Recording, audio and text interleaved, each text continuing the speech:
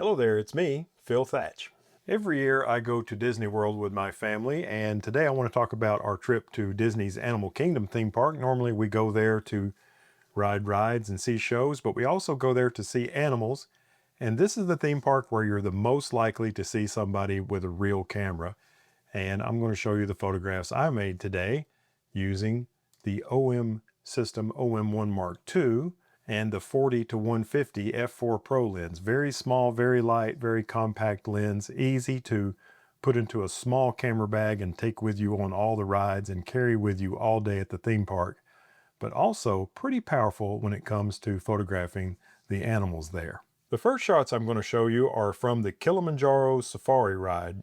This is riding around in a multi-row huge truck through a man-made savanna and seeing the animals they have there. And while they are definitely captive animals, they have the appearance, at least to a certain extent, of animals that are in the wild.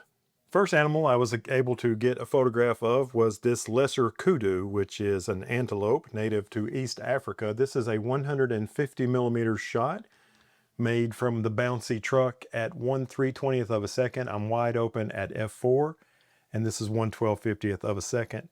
Pretty happy with all the detail that I was able to get out of this lens, especially at such a slow shutter speed, 1/320th, and on that bouncy truck. The next shot from the bouncy truck is this white rhino, and it's kind of funny because it had been kind of playing around in some muddy water, so most of it is the color of muddy water, but it is still nice to see this white rhino. This is 97 millimeters. I'm still at 1/320th of a second. I'm wide open at f4, and this one has 320 ISO.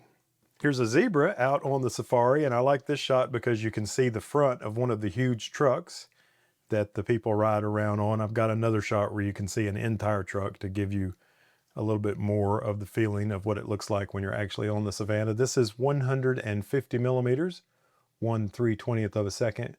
I'm wide open at f4, and I'm at the base ISO of 200. Here's a giraffe. This is a long way away. This is 150 millimeters, 1/320th of a second, f4, and ISO 400.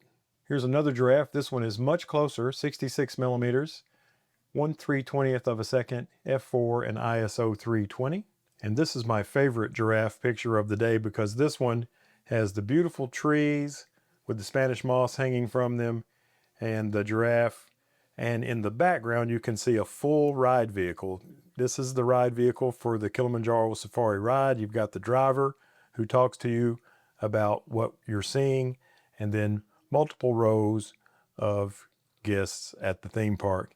It's a fantastic ride. And all this area that you're seeing, the animals can wander around throughout all this area, and it's a really big area. As a matter of fact, the Kilimanjaro Safari ride covers more acreage than the entire Magic Kingdom theme park. This shot is 40 millimeters. I've got it as wide as I can go on that 40 to 150 lens. I'm at 1/320th of a second, f4, and ISO 500.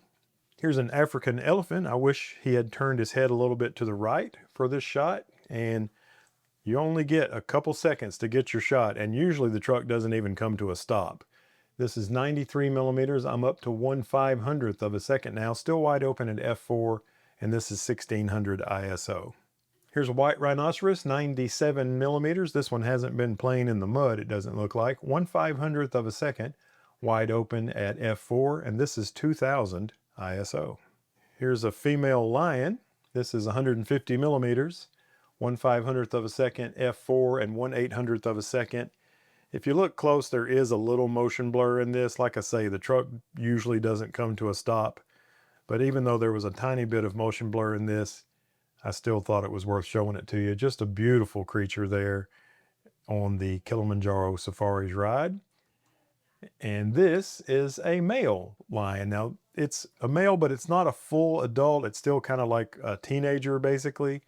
150 millimeters, 1/500th, f4, and ISO 1000. It's slightly young age is why it doesn't have a full mane and why it doesn't have a darker colored mane, but that'll come in time. And look, it's a warthog. I was really happy with this shot. right out of the back row of the truck. I always like to request the back row because you can shoot behind you without putting your camera in somebody's face. And this is 1/500th of a second, 150 millimeters. I'm still wide open at f4, and this is 1000 ISO. Really happy with the Warthog photo. Maybe my favorite shot from the Safari vehicle. The next place we went while we were at Animal Kingdom was the Gorilla Falls Expedition Trail. This trail you see on foot. This is not a ride, it's just a walking path. And there's a bird aviary there, really large. And the first shot I got there at the aviary is this marbled duck. Now there is a tiny bit of motion blur in this one too. It's very dark in this aviary, and I'm shooting at 1/40th of a second. This is 150 millimeters f4 and ISO 400. You see a lot of these in the aviary on the Gorilla Falls Expedition Trail. This is a Tavita Golden Weaver, and I love the bokeh balls in the background of this shot. I'm up to 1/100th of a second now, and this is 150 millimeters, wide open at f4 and ISO 640. Here's another Golden Weaver. This one's 93 millimeters. Beautiful eye on this bird, and I love the color. This is 1/100th of a second, f4 and ISO 1000. This bird kind of reminds me of an eastern phoebe, but this is actually a common bulbul, also known as a dark-capped bulbul or black-eyed bulbul, and this is the only shot I got of it. This is 150 millimeters. I'm at 1/100th of a second, wide open at f4, and I'm at 2500 ISO for this one. Here's another Golden Weaver. Love this shot. This is 150 millimeters. I'm at 1/100th of a second, wide open at f4 and 2000 ISO. Another shot of the same Golden Weaver on that same perch. I think I'm probably going to post this one on social media. I haven't yet. That's why I have it cropped 1:1.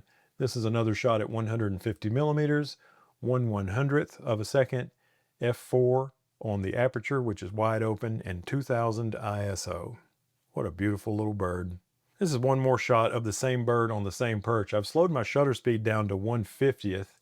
I'm still at 150 millimeters, wide open at f4, but now my ISO is only 800. I'm still at 1/50th. There may be a tiny bit of motion blur on this Golden Weaver shot. It's on a different perch. This is 93 millimeters, f4, and ISO 400. Same bird, same perch. I'm still at 1/50th of a second, but this one has much less motion blur, if any at all. This is 93 millimeters, wide open at f4 and 400 ISO. What a beautiful bird. This is an emerald starling, still at 1/50th of a second. What a crazy slow shutter speed to use. And this lens does not have stabilization. There is IBIS, however, in the camera body. This is 150 millimeters, wide open at f4, and you can see why I'm at 1/50th. My ISO is all the way up at 2500 for this shot. Not much light in the bird aviary on the Gorilla Falls Expedition Trail. This bird is an African jacana. This is 1/60th of a second, 150 millimeters, wide open at f4, and it's ISO 1000, and it's standing right at the top of an artificial waterfall there in the bird aviary. This is an African pygmy goose, which is the smallest species of waterfowl in the world. 1/30th of a second. Look at the waterfall in the background. 150 millimeters, f4, and ISO 1000. Usually I get these down in the water. It was really nice this year to get one up on this log. I also like all the tiny mushrooms growing on the log with this tiny waterfowl. Here's another photograph of an emerald starling, 1/80th of a second for this one.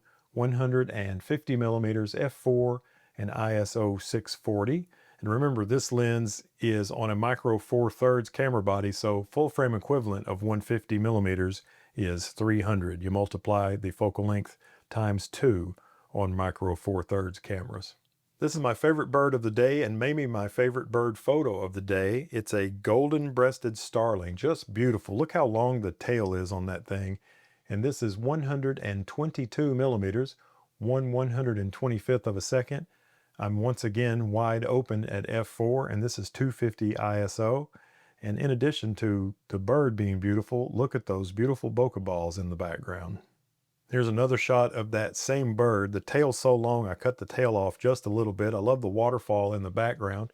This is 1/125th of a second, 150 millimeters. I'm still wide open at f4, and this is 2500 ISO.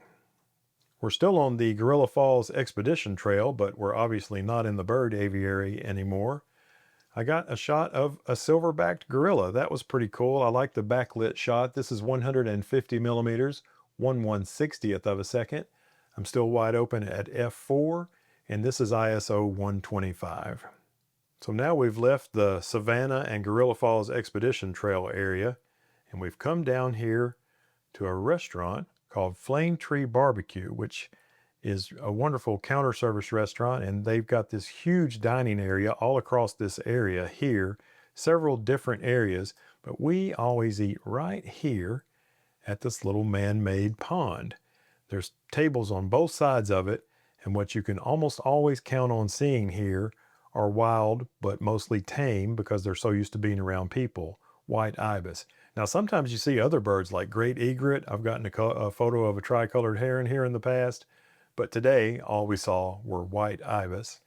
And here's a photograph of one. This is on a statue that's in the middle of that pond. This is 150 millimeters, 1/1600th of a second, wide open at f4 and 125 ISO. Here's another one just over at the corner of the pond. The pond's kind of just out of frame to the right. Beautiful close-up shot of this bird, 54 millimeters, 1/640th of a second, wide open at f4 and 640 ISO. If you like these ibis shots, make sure to take a look at my most recent video on the channel called The White Ibis of Epcot. I got lots more shots of white ibis over at Epcot the day before.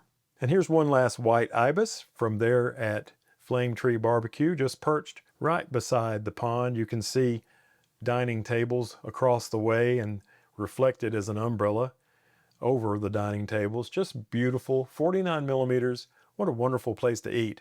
You need to watch your food though, because if you leave it unattended, the ibis will come and get it. 1/160th of a second, f4 and ISO 160 on this 49 millimeter shot. The next place I did photography at Animal Kingdom was up here in Asia at a place called the Maharaja Jungle Trek. And it's another walking trail where you can see all sorts of wildlife, including tigers, but we didn't get any good shots of the tigers this time. But right here is another bird aviary. You can see it's covered with mesh, and it's just a great place to do bird photography. This is a white-eared cibia. This is my favorite photograph from the bird aviary at the Maharaja Jungle Trek this time. Just beautiful. I love the pose. I love everything about it.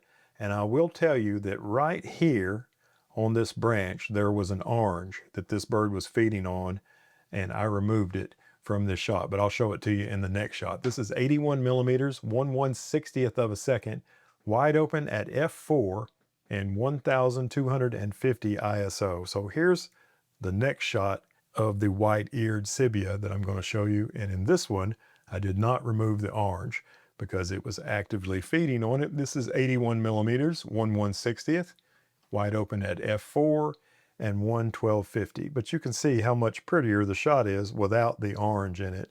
So I was glad that there was a shot of the bird to be obtained while it wasn't actively feeding, so I could remove the orange and make a much prettier photograph than this one, in my opinion. This beautiful bird is a rose-crowned fruit dove. Just look at the amazing colors on this bird. I don't think I've ever photographed this bird before at the Maharaja Jungle Trek, and I've been coming to the Maharaja Jungle Trek with my camera for years.